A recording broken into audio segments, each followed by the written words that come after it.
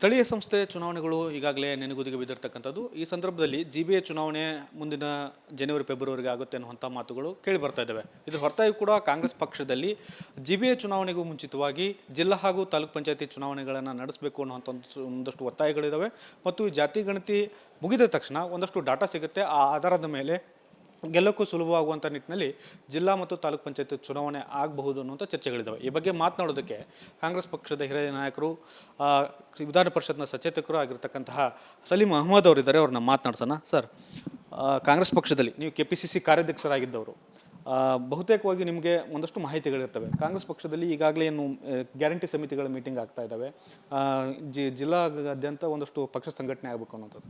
ಇವೆಲ್ಲವನ್ನು ದೃಷ್ಟಿಕೋನವನ್ನು ನೋಡೋದಾದರೆ ಮುಂದಿನ ದಿನಗಳಲ್ಲಿ ಜಿಲ್ಲಾ ಪಂಚಾಯತಿ ಮತ್ತು ತಾಲೂಕ್ ಪಂಚಾಯತಿ ಚುನಾವಣೆ ಈ GBA ಚುನಾವಣೆಗಿಂತ ಮುಂಚಿತವಾಗಿ ಆಗುವಂಥ ಸಾಧ್ಯತೆ ಏನಾದರೂ ಇದೆಯಾ? ಏನಿದೆ ಮಾಹಿತಿ ಅನ್ನೋದು ಸರ್? ನೋಡಿ, ಕಾರ್ಪೊರೇಷನ್ ಎಲೆಕ್ಷನ್ ಇರ್ಬೋದು ಅಥವಾ ಜಿಲ್ಲಾ ಪಂಚಾಯತ್ ತಾಲೂಕು ಎರಡಕ್ಕೂ ನಾವು ಸಿದ್ಧರಾಗಿದ್ದೀವಿ. ಈಗಾಗಲೇ ವಾರ್ಡ್ ವಿಂಗಡಣೆ ಆಗಿದೆ, ಅಬ್ಜೆಕ್ಷನ್ಗಳು ಟೈಮ್ ಆಗುತ್ತೆ. ಆದಷ್ಟು ಬೇಗ ಕಾರ್ಪೊರೇಷನ್ ಎಲೆಕ್ಷನ್ ಮಾಡಬೇಕಂತ ಈಗಾಗಲೇ ಸನ್ಮಾನ್ಯ DK ಶಿವಕುಮಾರ್ ಅವರು, ಮಿನಿಸ್ಟ್ರು ಅವರು ಕೂಡ ಹೇಳಿಕೆ ಕೊಟ್ಟಿದ್ದಾರೆ. ಆಮೇಲೆ ಪಕ್ಷ ಕೂಡ ತೀರ್ಮಾನ ಆದಷ್ಟು ಬೇಗ ನಾವು ಮಾಡಬೇಕು. ಯಾಕಂದರೆ ಈಗಾಗಲೇ 5 ಕಾರ್ಪೊರೇಷನ್ ಮಾಡಿದ್ದೀವಿ. ಅದ್ರ ಮೂಲಕ ಅಭಿವೃದ್ಧಿಗೆ, ಸಿಟಿ ಡೆವಲಪ್ಮೆಂಟ್ಗೆ, ಯಾಕಂದರೆ ಮುಂಚೆ ಒಂದೇ ಇತ್ತು, ಭಾರಿ ಕಷ್ಟ ಆಗ್ತಾಯಿತ್ತು. ಮುಂಚೆ 25, 30, 40 ಲಕ್ಷ ಜನ ಇದ್ದರು, ಈಗ 1.5 ಕೋಟಿ ಜನ ಇದ್ದಾರೆ. ಮತ್ತು ರೋಡ್ಗಳಿಗೆ ಅದು ಇದು ಡ್ರೈನೇಜ್ ಸಿಸ್ಟಮ್ ಮಾಡಬೇಕಂದ್ರೆ ಜಾಸ್ತಿ ಅಧಿಕಾರಿಗಳು ಬೇಕು. ಬೆಂಗಳೂರು ಅಭಿವೃದ್ಧಿ ಮಾಡಬೇಕಾದ್ರೆ, ಯಾಕಂದರೆ ಬೆಂಗಳೂರು ಇಸ್ ಇಂಟರ್ನ್ಯಾಷನಲ್ ಸಿಟಿ, ಅದಕ್ಕೆ ಮಾಡಬೇಕಂತ ಹೇಳ್ಬಿಟ್ಟು ವಾಲ್ ಫೂಟಿಂಗಲ್ಲಿ ಇವತ್ತು ಸನ್ಮಾನ್ಯ ಸಿದ್ದರಾಮಯ್ಯರು, ಸನ್ಮಾನ್ಯ DK ಶಿವಕುಮಾರ್ ಅವರು ಕೆಲಸ ಮಾಡ್ತಾಯಿದ್ದಾರೆ. ಈ ಎಲೆಕ್ಷನ್ಸ್ ಬಗ್ಗೆ ಅಂದರೆ ಆದಷ್ಟು ಬೇಗ ನಾವು ಎಲೆಕ್ಷನ್ ಮಾಡಬೇಕಂತ ಇದ್ದೀವಿ. ಎಲ್ಲ ಕಾರ್ಪೊರೇಟರ್ಗಳಾಗಿ ಅವ್ರವ್ರ ಕ್ಷೇತ್ರಗಳಲ್ಲಿ ಅಭಿವೃದ್ಧಿ ಆಗಬೇಕಾಗ ಯಾವುದೇ ಒಂದು ಕೆಲಸ ಆಗಬೇಕಂದ್ರೆ ನಮ್ಮ ಎಲೆಕ್ಟೆಡ್ ರೆಪ್ರೆಸೆಂಟೇಟಿವ್ ಇರಬೇಕು. ಅದಕ್ಕೆ ನಾವು ಆದಷ್ಟು ಬೇಗ ಎಲೆಕ್ಷನ್ ಮಾಡ್ತೀವಿ. ಅದೇ ರೀತಿ ಜಿಲ್ಲಾ ಪಂಚಾಯತ್, ತಾಲೂಕ್ ಪಂಚಾಯತ್ ಕೂಡ ನಾವು ಎಲೆಕ್ಷನ್ ಮಾಡ್ತೀವಿ. ಬಹುಶಃ ಈ ವರ್ಷದ ಎಂಡ್ ಆಗ್ಬೋದು ಅಥವಾ ನೆಕ್ಸ್ಟ್ ಇಯರ್ 1 ಜನವರಿ ತಿಂಗಳಲ್ಲಿ ಕೂಡ ಎಲೆಕ್ಷನ್ ಜಿಲ್ಲಾ ಪಂಚಾಯತ್ ಆಗ್ಬೋದು ಅಂತ ವಿಶ್ವಾಸ ಇದೆ. ಒಂದು ರಿಸರ್ವೇಷನ್ ಪಟ್ಟಿ ಕೂಡ ಕೊಡಬೇಕು. ಆದರೆ ಒಟ್ಟಾರೆ ನಾವು ತಯಾರಿ ಅಂತೂ ಮಾಡ್ಕೊಂಡಿದ್ದೀವಿ. ಈಗಾಗಲೇ KPCC ಅಧ್ಯಕ್ಷರು ಎಲ್ಲ ಕ್ಷೇತ್ರಗಳು ವೀಕ್ಷಕರಾಗಿ ಮಾಡಿದ್ದಾರೆ. ನನಗೂ ಕೂಡ ಒಂದು ಕ್ಷೇತ್ರ ಮಹಾಲಕ್ಷ್ಮಿ ಲೇಔಟ್ ವೀಕ್ಷಕರಾಗಿ ನೇಮಕ ಮಾಡಿ ಈಗಾಗಲೇ ಮೀಟಿಂಗ್ಗಳನ್ನ ಶುರು ಮಾಡಿಬಿಟ್ಟಿದ್ದೀವಿ. ನಮಗೆ ವಿಶ್ವಾಸ ಇದೆ 5ಕ್ಕೆ 5 ನಮ್ಮ ಮೇಯರ್ಗಳು ನಮ್ಮ ಕಾಂಗ್ರೆಸ್ ಪಕ್ಷದ ವತಿಯಿಂದ ಆಗುತ್ತೆ. ನಮಗೆ ಚುನಾವಣೆಯಲ್ಲಿ ನಮ್ಮ ಗ್ಯಾರಂಟಿಗಳೇ ನಮ್ಮ ಶ್ರೀರಕ್ಷೆ ಆಗಲಿದೆ. ಜನ ಭಾಳ ಸಂತೋಷದಲ್ಲಿದ್ದಾರೆ. ಇವತ್ತು ಒಂದು ಸರ್ವೆ ರಿಪೋರ್ಟ್ ಕೂಡ ಬಂದಿದೆ ಡೆಲ್ಲಿಯಿಂದ. ಅಂದರೆ ಗ್ಯಾರಂಟಿಗಳಿಂದ ಸಮಾಜದ ಎಲ್ಲ ವರ್ಗದವರಿಗೆ ಒಳ್ಳೆ ಶಕ್ತಿ ಬಂದಿದೆ ಅಂತ ರಿಪೋರ್ಟ್ ಕೂಡ ಬಂದಿದೆ. ಅದಕ್ಕೆ ನಾವು 3 ಬೈ ಎಲೆಕ್ಷನ್ ಗೆದ್ವಿ ನಾವು. ಅದು ಶಿಗಾಂವ್, ಸವಣೂರು ಇರ್ಬೋದು, ಅಥವಾ ಬಳ್ಳಾರಿಯಲ್ಲಿ ಎಲೆಕ್ಷನ್ ಇರ್ಬೋದು, ಅಥವಾ ಚನ್ನಪಟ್ಟಣ ಇರ್ಬೋದು, 3 ಕ್ಷೇತ್ರದಲ್ಲಿ ನಾವು ಗೆದ್ವಿ. ಯಾಕಂತ ಹೇಳಿದ್ರೆ ಜನ ನಮ್ಮ ಮೇಲೆ ವಿಶ್ವಾಸ ಇಟ್ಟಿದ್ರು. ವಿಶ್ವಾಸ ಇಟ್ಟು ನಮಗೆ ಅಧಿಕಾರಕ್ಕೆ ತಂದರು. ಪ್ರಾಮಾಣಿಕವಾಗಿ ಜನಸೇವೆ ನಾವು ಮಾಡ್ತಾಯಿದ್ದೀವಿ. ನುಡಿದಂತೆ ನಡೆದಂಥ ಸರ್ಕಾರ ಕಾಂಗ್ರೆಸ್ ಪಕ್ಷ ಸರ್ಕಾರ. ಸರ್ವರಿಗೂ ಸಮಪಾಲು, ಸರ್ವರಿಗೂ ಸಮಬಾಳು, ಇದು ನಮ್ಮ ಸಂಕಲ್ಪ. ಆ ಹಿನ್ನೆಲೆಯಲ್ಲಿ ನಾವು ಜಿಲ್ಲಾ ಪಂಚಾಯತ್ ಎಲೆಕ್ಷನ್ಲೂ ಗೆಲ್ತೀವಿ, ಬೆಂಗಳೂರು ಕಾರ್ಪೊರೇಷನ್ ಎಲೆಕ್ಷನ್ ಕೂಡ ನಾವು ಗೆಲ್ತೀವಿ.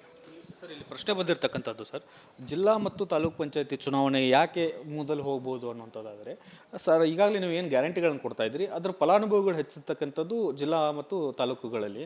ಹಾಗಾಗಿ ಅದರ ಆಧಾರದ ಮೇಲೆ ಮೊದಲು ಗೆಲ್ಲೋಕೆ ಅನುಕೂಲ ಆಗುತ್ತೆ ಅನ್ನುವಂಥದ್ದು ಒಂದು ಲೆಕ್ಕಾಚಾರದಲ್ಲಿ ಒಂದು ಈ ಘೋಷಣೆ ಆಗಬಹುದು ಅನ್ನುವಂಥದ್ದು. ಮತ್ತು ಜಿಲ್ಲಾ ಮತ್ತು ತಾಲೂಕ್ ಪಂಚಾಯತಿ ಜೊತೆಗೆ GBA ಚುನಾವಣೆ ಜೊತೆಗೆ ಜಿಲ್ಲಾ ಮತ್ತು ತಾಲೂಕ್ ಪಂಚಾಯತಿ ಚುನಾವಣೆ ನಡೆಸೋಕೆ ನಾವು ಸಿದ್ಧ ಇದ್ದೇವೆ ಅನ್ನೋಂಥ ಮಾತನ್ನು ರಾಜ್ಯ ಚುನಾವಣಾ ಆಯುಕ್ತರು ಕೂಡ ಸ್ಪಷ್ಟಪಡಿಸ್ತದೆ. ಹೀಗಾಗಿ ಸರ್ಕಾರ ಒಂದೇ ವೇಳೆಗೆ 3 ಚುನಾವಣೆಗಳು ಆಗಬಹುದಾ? ಆ ಥರದ್ದೇನೋ ಚಿಂತನೆ ಇದೆಯಾ ಅಂತ ನೋಡಿದ್ದು. ನಾವು ಗ್ಯಾರಂಟಿಗಳು ಕೊಟ್ಟಿದ್ದು ಅದು ನಮ್ಮ ಸರ್ಕಾರದ ಬದ್ಧತೆ.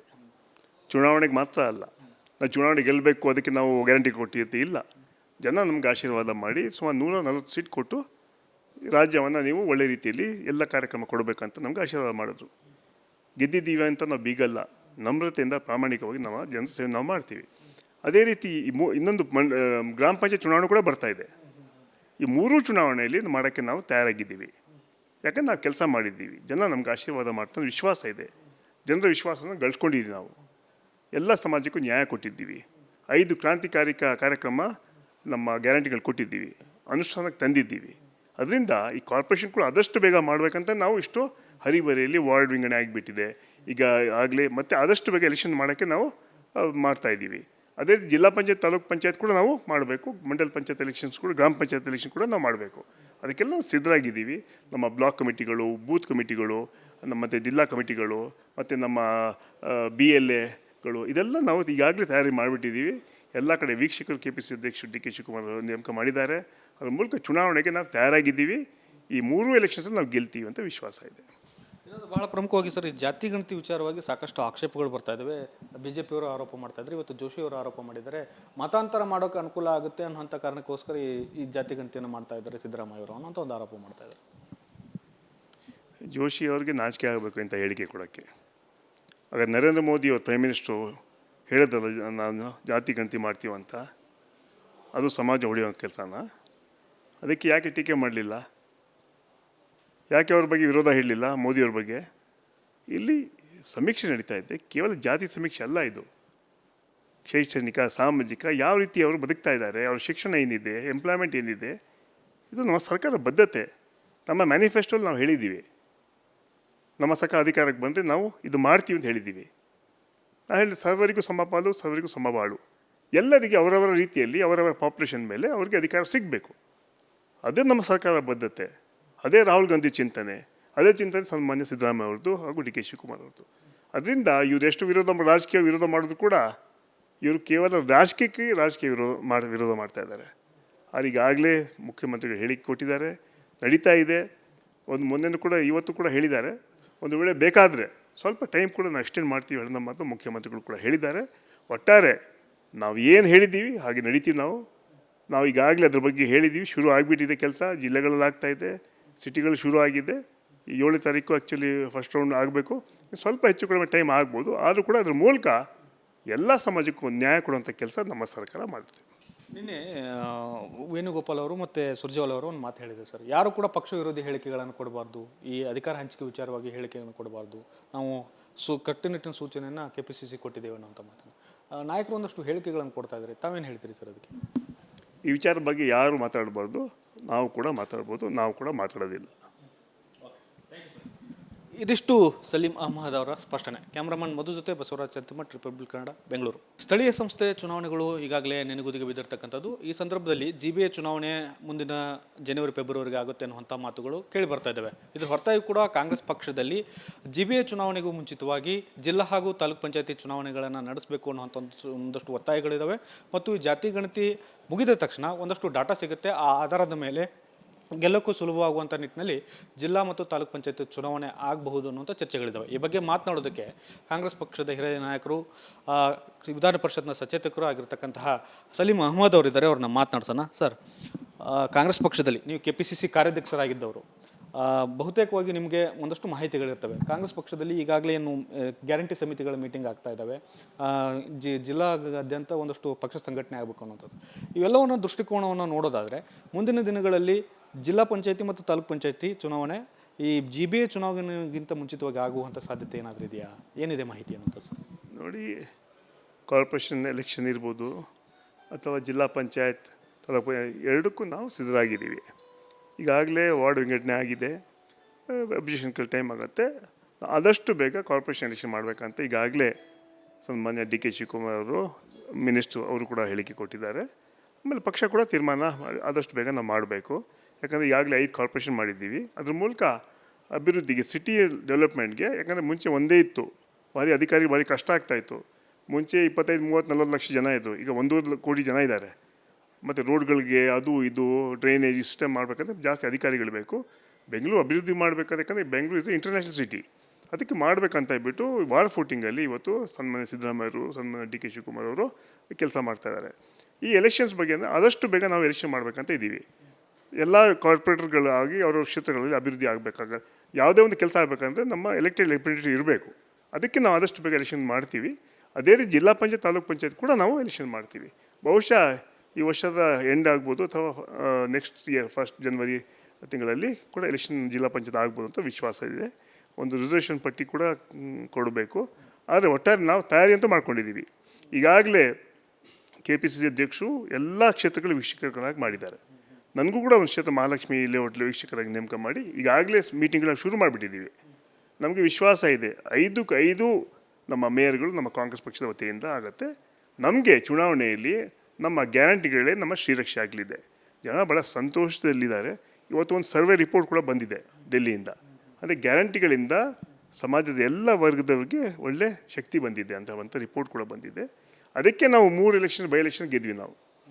ಅದು ಶಿಗಾಂವ್, ಸವಣೂರು ಇರ್ಬೋದು, ಅಥವಾ ಬಳ್ಳಾರಿಯಲ್ಲಿ ಎಲೆಕ್ಷನ್ ಇರ್ಬೋದು, ಅಥವಾ ಚನ್ನಪಟ್ಟಣ ಇರ್ಬೋದು, 3 ಕ್ಷೇತ್ರದಲ್ಲಿ ನಾವು ಗೆದ್ವಿ. ಯಾಕಂತ ಹೇಳಿದ್ರೆ ಜನ ನಮ್ಮ ಮೇಲೆ ವಿಶ್ವಾಸ ಇಟ್ಟಿದ್ರು. ವಿಶ್ವಾಸ ಇಟ್ಟು ನಮಗೆ ಅಧಿಕಾರಕ್ಕೆ ತಂದರು. ಪ್ರಾಮಾಣಿಕವಾಗಿ ಜನಸೇವೆ ನಾವು ಮಾಡ್ತಾಯಿದ್ದೀವಿ. ನುಡಿದಂತೆ ನಡೆದಂಥ ಸರ್ಕಾರ ಕಾಂಗ್ರೆಸ್ ಪಕ್ಷ ಸರ್ಕಾರ. ಸರ್ವರಿಗೂ ಸಮಪಾಲು, ಸರ್ವರಿಗೂ ಸಮಬಾಳು, ಇದು ನಮ್ಮ ಸಂಕಲ್ಪ. ಆ ಹಿನ್ನೆಲೆಯಲ್ಲಿ ನಾವು ಜಿಲ್ಲಾ ಪಂಚಾಯತ್ ಎಲೆಕ್ಷನ್ಲೂ ಗೆಲ್ತೀವಿ, ಬೆಂಗಳೂರು ಕಾರ್ಪೊರೇಷನ್ ಎಲೆಕ್ಷನ್ ಕೂಡ ನಾವು ಗೆಲ್ತೀವಿ. ಸರ್, ಇಲ್ಲಿ ಪ್ರಶ್ನೆ ಬಂದಿರತಕ್ಕಂಥದ್ದು ಸರ್, ಜಿಲ್ಲಾ ಮತ್ತು ತಾಲೂಕು ಪಂಚಾಯತಿ ಚುನಾವಣೆ ಯಾಕೆ ಮೊದಲು ಹೋಗ್ಬೋದು ಅನ್ನೋಂಥದ್ದಾದರೆ, ಸರ್ ಈಗಾಗಲೇ ನೀವು ಏನು ಗ್ಯಾರಂಟಿಗಳನ್ನು ಕೊಡ್ತಾ ಇದ್ದೀರಿ, ಅದರ ಫಲಾನುಭವಿಗಳು ಹೆಚ್ಚಿರ್ತಕ್ಕಂಥದ್ದು ಜಿಲ್ಲಾ ಮತ್ತು ತಾಲೂಕುಗಳಲ್ಲಿ. ಹಾಗಾಗಿ ಅದರ ಆಧಾರದ ಮೇಲೆ ಮೊದಲು ಗೆಲ್ಲೋಕೆ ಅನುಕೂಲ ಆಗುತ್ತೆ ಅನ್ನುವಂಥದ್ದು ಒಂದು ಲೆಕ್ಕಾಚಾರದಲ್ಲಿ ಒಂದು ಈ ಘೋಷಣೆ ಆಗಬಹುದು ಅನ್ನುವಂಥದ್ದು. ಮತ್ತು ಜಿಲ್ಲಾ ಮತ್ತು ತಾಲೂಕು ಪಂಚಾಯತಿ ಜೊತೆಗೆ ಜಿಬಿಎ ಚುನಾವಣೆ ಜೊತೆಗೆ ಜಿಲ್ಲಾ ಮತ್ತು ತಾಲೂಕು ಪಂಚಾಯತಿ ಚುನಾವಣೆ ನಡೆಸೋಕೆ ನಾವು ಸಿದ್ಧ ಇದ್ದೇವೆ ಅನ್ನೋಂಥ ಮಾತನ್ನು ರಾಜ್ಯ ಚುನಾವಣಾ ಆಯುಕ್ತರು ಕೂಡ ಸ್ಪಷ್ಟಪಡಿಸ್ತದೆ. ಹೀಗಾಗಿ ಸರ್ಕಾರ ಒಂದೇ ವೇಳೆಗೆ 3 ಚುನಾವಣೆಗಳು ಆಗಬಹುದಾ, ಆ ಥರದ್ದೇನೋ ಚಿಂತನೆ ಇದೆಯಾ ಅಂತ? ನೋಡಿದ ನಾವು ಗ್ಯಾರಂಟಿಗಳು ಕೊಟ್ಟಿದ್ದು ಅದು ನಮ್ಮ ಸರ್ಕಾರದ ಬದ್ಧತೆ. ಚುನಾವಣೆಗೆ ಮಾತ್ರ ಅಲ್ಲ, ನಾವು ಚುನಾವಣೆ ಗೆಲ್ಲಬೇಕು ಅದಕ್ಕೆ ನಾವು ಗ್ಯಾರಂಟಿ ಕೊಟ್ಟಿರ್ತೀವಿ, ಇಲ್ಲ. ಜನ ನಮ್ಗೆ ಆಶೀರ್ವಾದ ಮಾಡಿ ಸುಮಾರು 140 ಸೀಟ್ ಕೊಟ್ಟು ರಾಜ್ಯವನ್ನು ನೀವು ಒಳ್ಳೆ ರೀತಿಯಲ್ಲಿ ಎಲ್ಲ ಕಾರ್ಯಕ್ರಮ ಕೊಡಬೇಕಂತ ನಮ್ಗೆ ಆಶೀರ್ವಾದ ಮಾಡಿದ್ರು. ಗೆದ್ದಿದ್ದೀವಿ ಅಂತ ನಾವು ಬೀಗಲ್ಲ, ನಮ್ರತೆಯಿಂದ ಪ್ರಾಮಾಣಿಕವಾಗಿ ನಾವು ಜನಸೇವೆ ನಾವು ಮಾಡ್ತೀವಿ. ಅದೇ ರೀತಿ ಇನ್ನೊಂದು ಗ್ರಾಮ ಪಂಚಾಯತ್ ಚುನಾವಣೆ ಕೂಡ ಬರ್ತಾ ಇದೆ. ಈ 3 ಚುನಾವಣೆಯಲ್ಲಿ ಮಾಡೋಕ್ಕೆ ನಾವು ತಯಾರಾಗಿದ್ದೀವಿ. ಯಾಕಂದ್ರೆ ನಾವು ಕೆಲಸ ಮಾಡಿದ್ದೀವಿ, ಜನ ನಮ್ಗೆ ಆಶೀರ್ವಾದ ಮಾಡ್ತಾರೆ, ವಿಶ್ವಾಸ ಇದೆ. ಜನರ ವಿಶ್ವಾಸನ ಗಳಿಸ್ಕೊಂಡಿದ್ದೀವಿ. ನಾವು ಎಲ್ಲ ಸಮಾಜಕ್ಕೂ ನ್ಯಾಯ ಕೊಟ್ಟಿದ್ದೀವಿ.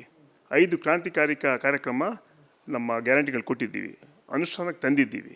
ಅದರಿಂದ ಈ ಕಾರ್ಪೊರೇಷನ್ ಕೂಡ ಆದಷ್ಟು ಬೇಗ ಮಾಡಬೇಕಂತ ನಾವು ಇಷ್ಟು ಹರಿಬರಿಯಲ್ಲಿ ವಾರ್ಡ್ ವಿಂಗಡಣೆ ಆಗಿಬಿಟ್ಟಿದೆ.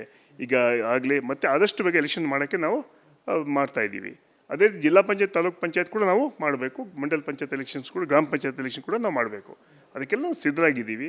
ನಮ್ಮ ಬ್ಲಾಕ್ ಕಮಿಟಿಗಳು, ಬೂತ್ ಕಮಿಟಿಗಳು, ಮತ್ತು ಜಿಲ್ಲಾ ಕಮಿಟಿಗಳು, ಮತ್ತು ನಮ್ಮ BLAಗಳು, ಇದೆಲ್ಲ ನಾವು ಈಗಾಗಲೇ ತಯಾರಿ ಮಾಡಿಬಿಟ್ಟಿದ್ದೀವಿ. ಎಲ್ಲ ಕಡೆ ವೀಕ್ಷಕರು KPC ಅಧ್ಯಕ್ಷರು DK ಶಿವಕುಮಾರ್ ನೇಮಕ ಮಾಡಿದ್ದಾರೆ. ಅದ್ರ ಮೂಲಕ ಚುನಾವಣೆಗೆ ನಾವು ತಯಾರಾಗಿದ್ದೀವಿ. ಈ 3 ಎಲೆಕ್ಷನ್ಸಲ್ಲಿ ನಾವು ಗೆಲ್ತೀವಿ ಅಂತ ವಿಶ್ವಾಸ ಇದೆ.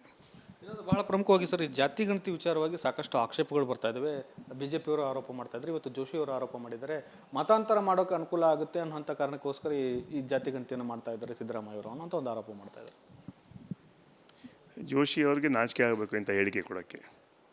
ಆಗ ನರೇಂದ್ರ ಮೋದಿ ಅವರು ಪ್ರೈಮ್ ಮಿನಿಸ್ಟ್ರು ಹೇಳಿದ್ರಲ್ಲ, ನಾನು ಜಾತಿ ಗಣತಿ ಮಾಡ್ತೀವಂತ, ಅದು ಸಮಾಜ ಹೊಡೆಯೋ ಕೆಲಸನ. ಅದಕ್ಕೆ ಯಾಕೆ ಟೀಕೆ ಮಾಡಲಿಲ್ಲ? ಯಾಕೆ ಅವ್ರ ಬಗ್ಗೆ ವಿರೋಧ ಹೇಳಲಿಲ್ಲ ಮೋದಿಯವ್ರ ಬಗ್ಗೆ? ಇಲ್ಲಿ ಸಮೀಕ್ಷೆ ನಡೀತಾ ಇದೆ, ಕೇವಲ ಜಾತಿ ಸಮೀಕ್ಷೆ ಅಲ್ಲ ಇದು. ಶೈಕ್ಷಣಿಕ, ಸಾಮಾಜಿಕ, ಯಾವ ರೀತಿ ಅವರು ಬದುಕ್ತಾ ಇದ್ದಾರೆ, ಅವ್ರ ಶಿಕ್ಷಣ ಏನಿದೆ, ಎಂಪ್ಲಾಯ್ಮೆಂಟ್ ಏನಿದೆ, ಇದು ನಮ್ಮ ಸರ್ಕಾರದ ಬದ್ಧತೆ. ನಮ್ಮ ಮ್ಯಾನಿಫೆಸ್ಟೋಲ್ಲಿ ನಾವು ಹೇಳಿದ್ದೀವಿ, ನಮ್ಮ ಸರ್ಕಾರ ಅಧಿಕಾರಕ್ಕೆ ಬಂದರೆ ನಾವು ಇದು ಮಾಡ್ತೀವಿ ಅಂತ ಹೇಳಿದ್ದೀವಿ. ನಾನು ಹೇಳಿ ಸರ್ವರಿಗೂ ಸಮಪಾಲು, ಸರ್ವರಿಗೂ ಸಮಬಾಳು. ಎಲ್ಲರಿಗೆ ಅವರವರ ರೀತಿಯಲ್ಲಿ ಅವರವರ ಪಾಪ್ಯುಲೇಷನ್ ಮೇಲೆ ಅವ್ರಿಗೆ ಅಧಿಕಾರ ಸಿಗಬೇಕು. ಅದೇ ನಮ್ಮ ಸರ್ಕಾರದ ಬದ್ಧತೆ. ಅದೇ ರಾಹುಲ್ ಗಾಂಧಿ ಚಿಂತನೆ, ಅದೇ ಚಿಂತನೆ ಸನ್ಮಾನ್ಯ ಸಿದ್ದರಾಮಯ್ಯ ಅವ್ರದ್ದು ಹಾಗೂ DK ಶಿವಕುಮಾರ್ ಅವ್ರದ್ದು. ಅದರಿಂದ ಇವರು ಎಷ್ಟು ರಾಜಕೀಯ ವಿರೋಧ ಮಾಡಿದ್ರು ಕೂಡ ಇವರು ಕೇವಲ ರಾಜಕೀಯ ವಿರೋಧ ಮಾಡ್ತಾ ಇದ್ದಾರೆ. ಈಗಾಗಲೇ ಮುಖ್ಯಮಂತ್ರಿಗಳು ಹೇಳಿಕೆ ಕೊಟ್ಟಿದ್ದಾರೆ, ನಡೀತಾ ಇದೆ. ಒಂದು ಮೊನ್ನೆ ಕೂಡ ಇವತ್ತು ಕೂಡ ಹೇಳಿದ್ದಾರೆ, ಒಂದು ವೇಳೆ ಬೇಕಾದರೆ ಸ್ವಲ್ಪ ಟೈಮ್ ಕೂಡ ನಾವು ಎಕ್ಸ್ಟೆಂಡ್ ಮಾಡ್ತೀವಿ ಹೇಳೋ ಮಾತು ಮುಖ್ಯಮಂತ್ರಿಗಳು ಕೂಡ ಹೇಳಿದ್ದಾರೆ. ಒಟ್ಟಾರೆ ನಾವು ಏನು ಹೇಳಿದ್ದೀವಿ ಹಾಗೆ ನಡೀತೀವಿ. ನಾವು ಈಗಾಗಲೇ ಅದ್ರ ಬಗ್ಗೆ ಹೇಳಿದ್ದೀವಿ. ಶುರು ಆಗಿಬಿಟ್ಟಿದೆ ಕೆಲಸ, ಜಿಲ್ಲೆಗಳಲ್ಲಿ ಆಗ್ತಾಯಿದೆ, ಸಿಟಿಗಳು ಶುರು ಆಗಿದೆ. 7ನೇ ತಾರೀಕು ಆ್ಯಕ್ಚುಲಿ ಫಸ್ಟ್ ರೌಂಡ್ ಆಗಬೇಕು. ಸ್ವಲ್ಪ ಹೆಚ್ಚು ಕಡಿಮೆ ಟೈಮ್ ಆಗ್ಬೋದು. ಆದರೂ ಕೂಡ ಅದ್ರ ಮೂಲಕ ಎಲ್ಲ ಸಮಾಜಕ್ಕೂ ನ್ಯಾಯ ಕೊಡುವಂಥ ಕೆಲಸ ನಮ್ಮ ಸರ್ಕಾರ ಮಾಡುತ್ತೆ.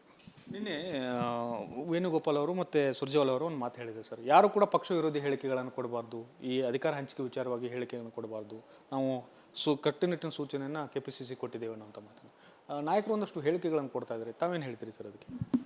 ಈ ವಿಚಾರದ ಬಗ್ಗೆ ಯಾರು ಮಾತಾಡಬಾರ್ದು, ನಾವು ಕೂಡ ಮಾತಾಡ್ಬೋದು, ನಾವು ಕೂಡ ಮಾತಾಡೋದಿಲ್ಲ. ಇದಿಷ್ಟು ಸಲೀಂ ಅಹಮದ್ ಅವರ ಸ್ಪಷ್ಟನೆ. ಕ್ಯಾಮ್ರಾಮನ್ ಮಧು ಜೊತೆ ಬಸವರಾಜ್ ಚಂತಿಮಠ್, ರಿಪಬ್ಲಿಕ್ ಕನ್ನಡ, ಬೆಂಗಳೂರು.